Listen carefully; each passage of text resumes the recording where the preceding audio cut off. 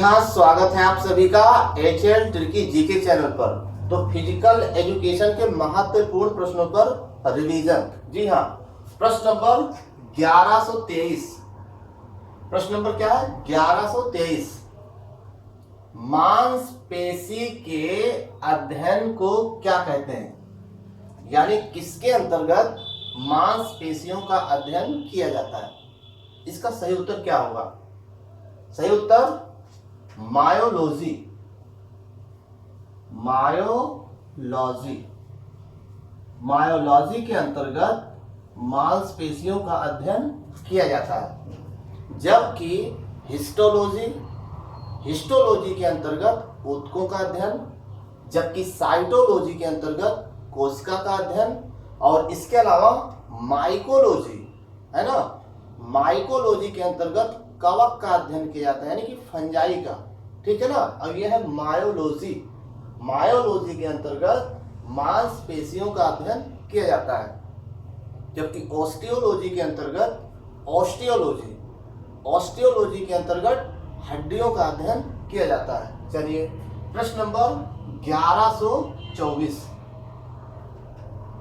मांसपेशी की कार्य कुशलता किस पर निर्भर करती है? मांसपेशी की कार्य कुशलता किस पर निर्भर करती है? सही उत्तर क्या हो जाएगा? रेशों के गुणों पर। रेशों के गुणों पर। ये जो मांसपेशियां हैं, मांसपेशियों में रेशे पाए जाते हैं, पतले पतले।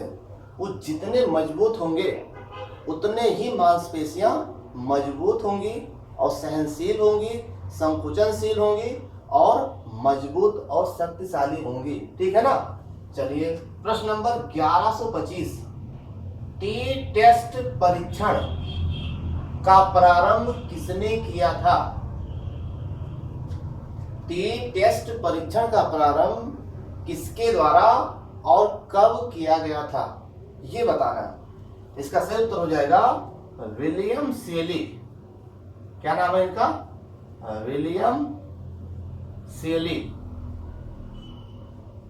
विलियम सेली गोसेट। 1908। ठीक है ना। टी टेस्ट परीक्षण विलियम सेली गुसेट के द्वारा 1908 में किया गया था। ये परीक्षण सामान्य भेद पर आधारित परीक्षण है। ठीक है ना। चलिए, प्रश्न नंबर 1126। एक वयस्क मनुष्य में ट्रेकिया की लंबाई कितनी सेंटीमीटर होती है? ट्रेकिया यानी ये श्वसन का एक मार्ग है, और इसमें ये पूछा जाता है जो ट्रेकिया है, जो नाक से शुरू होकर के, ठीक है ना, लंग्स तक जाती है, इसकी लंबाई कितने सेंटीमीटर तक होती है? तो ट्रेकिया का संबंध किससे है? ये श्वसन से संबंधित है। अब इसकी लंबाई बतानी है, वो भी सेंटीमीटर में भी बतानी है और इंच में भी बतानी है। ठीक है ना। तो लगातार रिवीजन भी करते रहिए। तो एक वयस्क में ट्रेकिया की लंबाई कितने सेंटीमीटर की होती है? 10 सेंटीमीटर। ठीक है ना। अगर इंच की बात की जाए तो लगभग कितने इंच की होगी? 4 इंच की। ठीक है ना। ये क्वेश्चन पीजीटी 2013 में पूछा गया था कि एक वयस्क में ट्रेकिया यानी श्वसन मार्ग है, ये इसकी लंबाई कितने सेंटीमीटर होती है? 10 सेंटीमीटर। इंच में बात की जाए तो 4 इंच होती है। चलिए, प्रश्न नंबर 1127। श्वसन प्रणाली का कौन सा भाग वाणी के लिए उत्तरदायी है? श्वसन प्रणाली का कौन सा ऐसा अंग है जहां से वाणी निकलती है? वाणी यानी आवाज निकलती है, यानी साउंड बॉक्स किसे कहते हैं? तो साउंड बॉक्स कहते हैं लैरिंग्स को। क्या है? लैरिंग्स। जहां से आवाज निकलती है उसको बोलते हैं लैरिंग्स, और लैरिंग्स से ही बना है लिरिक्स, है ना। जो संगीत सुनते हैं, जो आवाज होती है। तो श्वसन प्रणाली का कौन सा भाग है जो वाणी यानी आवाज के लिए उत्तरदायी है? तो वो होगी लैरिंग्स, इसे साउंड बॉक्स भी कहते हैं, ठीक है ना। चलिए प्रश्न नंबर 1128, CO2 यानी कार्बन डाइऑक्साइड युक्त रक्त कहाँ ऑक्सीकृत होता है? यानी कार्बन डाइऑक्साइड युक्त जिस रक्त में कार्बन डाइऑक्साइड होती है वो रक्त शरीर के किस भाग में ऑक्सीकृत होता है, ये बताना है। इसका सही उत्तर क्या हो जाएगा, जल्दी बताइए। सही उत्तर हो जाएगा लंग्स, यानी कि फेफड़ों में।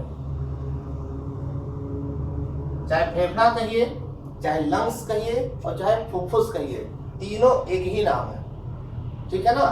चाहे आप किडनी कहिए, चाहे ब्रिक कहिए, ठीक है ना, ये दोनों किडनी ब्रिक ये दोनों एक ही नाम है। इसके अलावा फेफड़ा, लंग्स और फुफ्फुस ये तीनों फेफड़ा का नाम है, ठीक है ना। तो किडनी, ब्रिक या गुर्दा ये तीनों एक ही चीज है, ठीक।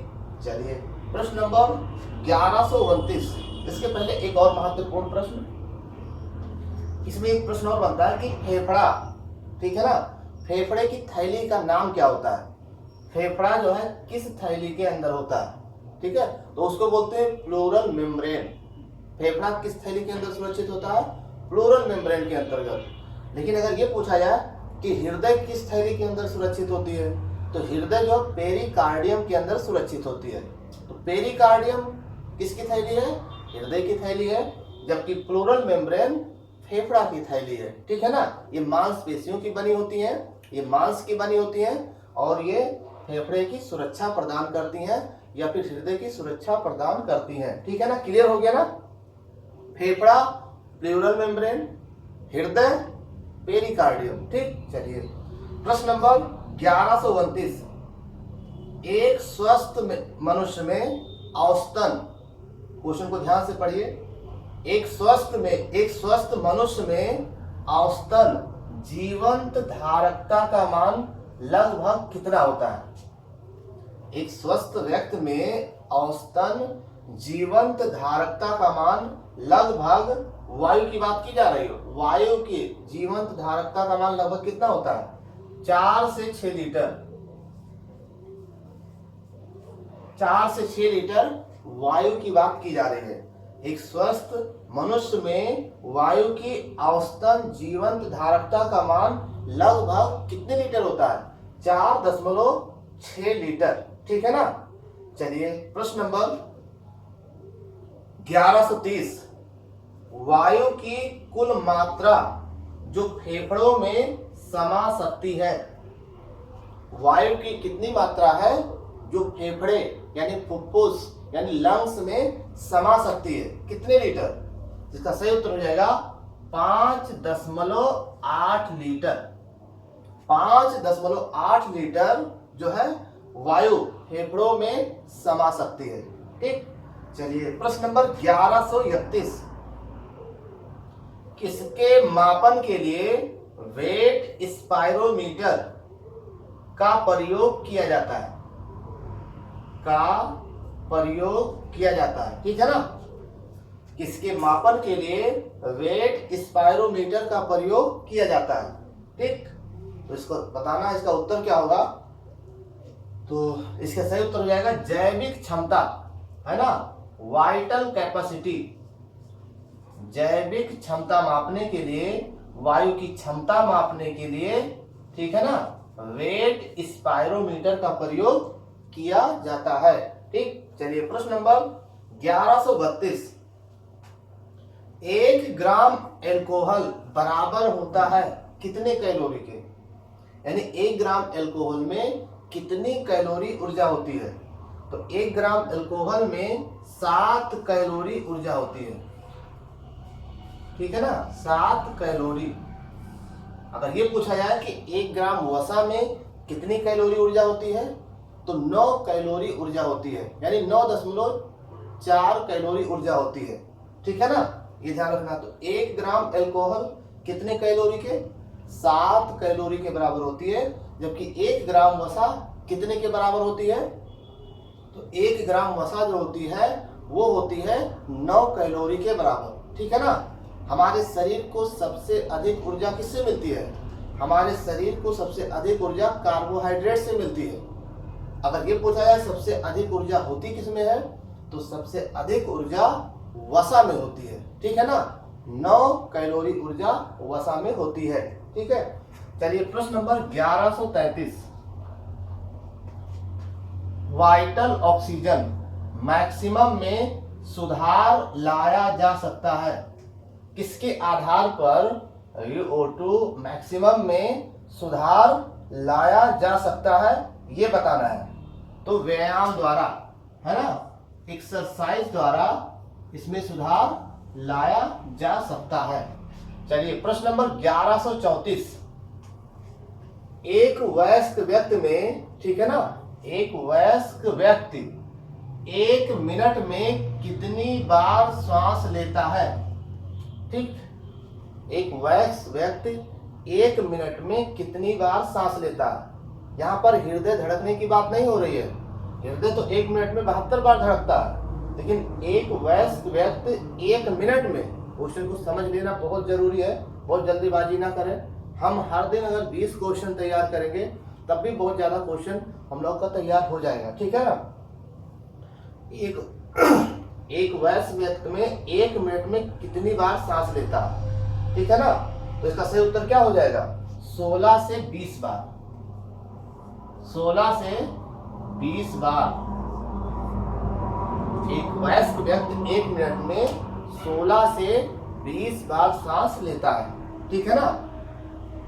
आपने पढ़ा होगा, एक पढ़ा होगा निःश्वसन और एक पढ़ा होगा निःश्वसन, है ना।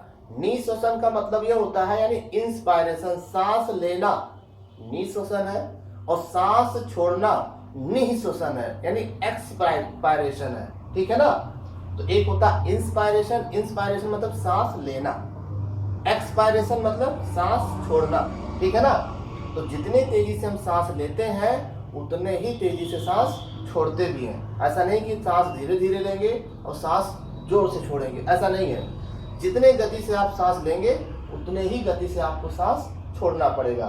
तो एक वयस्क व्यक्ति 1 मिनट में 16 से 20 बार सांस लेता है, ठीक। चलिए प्रश्न नंबर 1135, हाइपोक्सिया एक रोग है, ठीक है ना। तो हाइपोक्सिया जो रोग है उसमें सबसे कम ऑक्सीजन पहुंचता है, ठीक है ना। तो उसमें सबसे कम ऑक्सीजन किसमें पहुंचता है, हाइपोक्सिया में सबसे कम ऑक्सीजन किसमें पहुंचता है, ऊतक में यानी टिश्यूज में। हाइपोक्सिया जब रोग हो जाता है तो इसमें होता क्या है कि टिश्यूओं में ऑक्सीजन कम से कम पहुंचती है, ठीक है ना। टिश्यूओं में ऑक्सीजन का कम से कम पहुंचना या फिर ऊतक में ऑक्सीजन का कम से कम पहुंचना, ये कौन सा रोग कहलाएगा, हाइपोक्सिया रोग कहलाएगा, ठीक है ना। चलिए प्रश्न नंबर 1136, कठिन व्यायाम, ठीक है ना, भारी व्यायाम या कठिन व्यायाम के बाद थकान होने का प्रमुख कारण क्या है।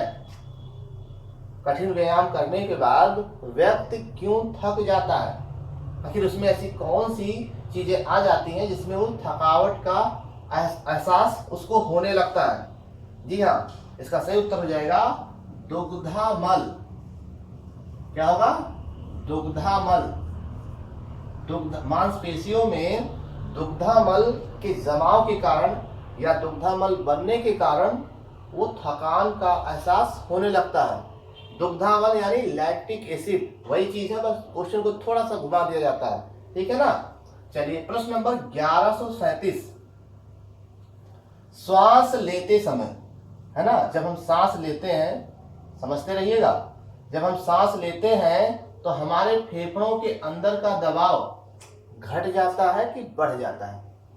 इसको तो आप ऐसे प्रैक्टिकल भी करके देख सकते हैं। इसमें जितने भी प्रश्न हैं ये सभी प्रश्न पूछे जा चुके हैं, टीजीटी, पीजीटी, केबीएस, है ना, तमाम प्रश्न पूछे जा चुके हैं। उन्हीं के आधार पर इन प्रश्नों को तैयार किया जा रहा है, क्योंकि परीक्षा में ये प्रश्न कई बार रिपीट हो चुके हैं और फिर रिपीट होने की पूरी संभावना है, ठीक है ना।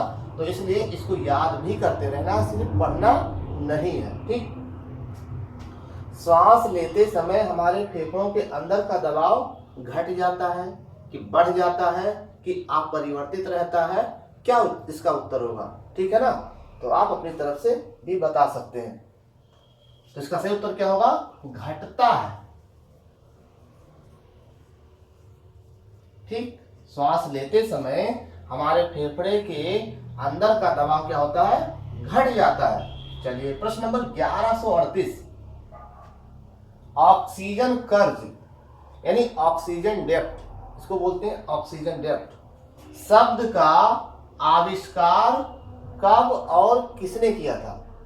कई बार आपने पढ़ा होगा, इसको बताइए। ऑक्सीजन कर्ज यानी ऑक्सीजन शब्द का आविष्कार किसने किया था, है ना। ऑक्सीजन कर्ज से क्या तात्पर्य है, ऑक्सीजन कर्ज यानी कि कोशिकाओं से ऑक्सीजन लेना ऑक्सीजन कर्ज कहलाता है, ठीक है ना।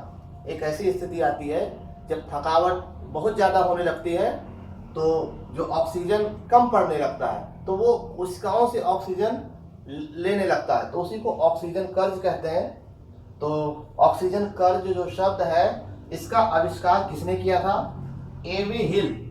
किसने किया था, एवी हिल। एवी हिल का पूरा नाम है आर्थीवॉल। क्या नाम है इनका, आर्थीवॉल। आर्थीवॉल विलियम हिल, इनका शॉर्ट नेम है एवी हिल, ठीक है ना। इन्होंने 1922 में आविष्कार किया था, 1922, ठीक है ना। ऑक्सीजन कर्ज शब्द का आविष्कार आर्थीवॉल विलियम हिल ने 1922 में किया था। या फिर प्रश्न ऐसे भी पूछ लिया जाता है, आर्थीवॉल विलियम हिल ने किस शब्द का आविष्कार किया, तो ऑक्सीजन कर्ज यानी कि ऑक्सीजन ऋण यानी कि ऑक्सीजन डेप्थ, ठीक है ना। चलिए प्रश्न नंबर 1139, नाक द्वारा ग्रहण की गई वायु का सही अनुक्रम बताइए। जब हम सांस लेते हैं नाक से, तो नाक के बाद में किस भाग में जाता, उसके बाद किस भाग में जाता, उसके बाद में किस भाग में जाता, अंत में फेफड़े में जाता है। तो नाक से लेकर के फेफड़े तक का सही क्रम बताना है। नाक द्वारा ग्रहण की गई वायु का सही अनुक्रम क्या होगा, चलिए ठीक है ना, इसको भी नोट करते हैं, बहुत जरूरी है। चलिए सबसे पहले हम लोगों ने जब सांस लिया तो नाक में गया, ठीक है ना। चलिए आप भी बताते रहिएगा, आपने खूब तैयारी किया है। नाक के बाद कौन सा भाग आएगा, श्वास नली, है ना, तो ये श्वास नली है। फिर श्वास नली, ठीक है ना। चलिए आपने पढ़ा तो बताते रहिए, अगर नहीं बता पा रहे हैं तो ना पढ़ने के बराबर है। नाक से श्वास नली में, अब श्वास नली से किस में जाएगा, फेफड़ा में, ठीक है ना। फिर फेफड़े से किस में जाएगा, हृदय में, फिर हृदय से किस में जाएगा, कोशिका में। तो ये एक तरीका तो ये हो गया पूछने का, ठीक है ना। अभी और भी एक तरीका है जो कि यहाँ पर हम उस पर चर्चा करेंगे, ठीक है ना। तो पहले ये वाला सीक्वेंस जान लीजिए, क्योंकि ऐसे भी कई बार पूछा गया है, कोई जरूरी नहीं कि वो उस पर हर पार्ट उसमें चर्चा की जाए, कभी कभी बीच के पार्ट छोड़ करके भी चर्चा की गई है, तो इसमें ऐसे ही किया गया है। नाक में, नाक के द्वारा श्वास नली, अब श्वास नली में कई चीजें होती है, लैरिंग्स होता है, फेरिंग्स होता है, ग्रसनी होता है, तो उस पर तो इसमें चर्चा नहीं किया गया, लेकिन इसमें हम लोग चर्चा कर लेंगे, ठीक है ना। नाक से श्वास नली में, श्वास नली से फेफड़े में, फेफड़े से हृदय में, और हृदय से कोशिका में, इस तरीके से वायु पहुंचता है कोशिकाओं में, ठीक है ना। चलिए प्रश्न नंबर 1140, प्रत्येक फेफड़ों में एल्वियोली की संख्या कितनी होती है ना। एल्वियोली की संख्या कितनी होती है प्रत्येक फेफड़ों में, उसकी संख्या बतानी है कि लगभग कितनी होती है ना। जो ऑक्सीजन को या ऑक्सीजन उसके माध्यम से ऑक्सीकृत होती है, प्रत्येक फेफड़ों में एल्वियोली की संख्या लगभग कितनी होती है, 15 करोड़। कितना, 15 करोड़, ये ध्यान रखना है, ठीक है ना। लगभग 15 करोड़ एल्वियोली की संख्या होती है, ये फेफड़ों में पाई जाती है, ठीक है ना। चलिए प्रश्न नंबर 1141, इसमें जो भी श्वसन के पार्ट है उस पर पूरा चर्चा किया जाएगा इस वाले प्रश्न में। श्वास नलिका का अंगों का सही अनुक्रम बताइए, है ना। अब इसमें देखिएगा सही अनुक्रम क्या होगा। चलिए, इसमें सबसे पहले क्या होगा, नासिका। ठीक, क्या होगा, नासिका यानी नाक। सबसे पहले वायु नाक में पहुंचती है, नाक के बाद में कहां पहुंचेगी, फायरिंग्स। ठीक है ना, इसमें फायरिंग्स, चलिए नोट भी कर लीजिए। फायरिंग्स के बाद में कहां पहुंचेगा, फायरिंग्स को एक चीज और क्लियर कर लें कि फायरिंग्स को ग्रसनी भी कहते हैं। क्या कहते हैं, ग्रसनी। ग्रसनी के बाद वायु कहां पहुंचेगा, लैरिंग्स। लैरिंग्स है ना, जिसको साउंड बॉक्स भी कहते हैं। ठीक, लैरिंग्स से बना है लिरिक्स। लैरिंग्स के बाद में कहां पहुंचेगा, ट्रेकिया। ट्रेकिया, ठीक है ना, जहां से श्वसन दो पार्ट में डिवाइड हो जाता है। ट्रेकिया के बाद में क्या होगा, ब्रोंकाई। ब्रोंकाई, ठीक है ना। ब्रोंकाई के बाद में कहां पहुंचेगा, ब्रोंकियोल्स। किसमें, ब्रोंकियोल्स।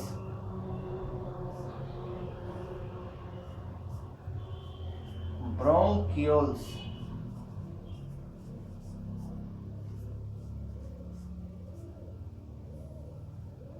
ठीक है। ब्रोंकियोल से कहां पहुंचेगा, एल्वियोली। एल्वियोली है ना, ये है सही अनुक्रम। ठीक है, तो श्वसन नलिका अंगों का सही अनुक्रम क्या है, नासिका, नासिका से फेरिंग्स या ग्रसनी में, ग्रसनी के बाद लैरिंग्स, लैरिंग्स के बाद ट्रेकिया, ट्रेकिया के बाद ब्रोंकाई, और ब्रोंकाई के बाद में ब्रेंकियोल्स, और ब्रेंकियोल्स के बाद में एल्वियोली में। ये वायु का या श्वास नलिका का अंगों का ये सही अनुक्रम है। ठीक है, तो ये थे फिजिकल एजुकेशन के महत्वपूर्ण प्रश्न।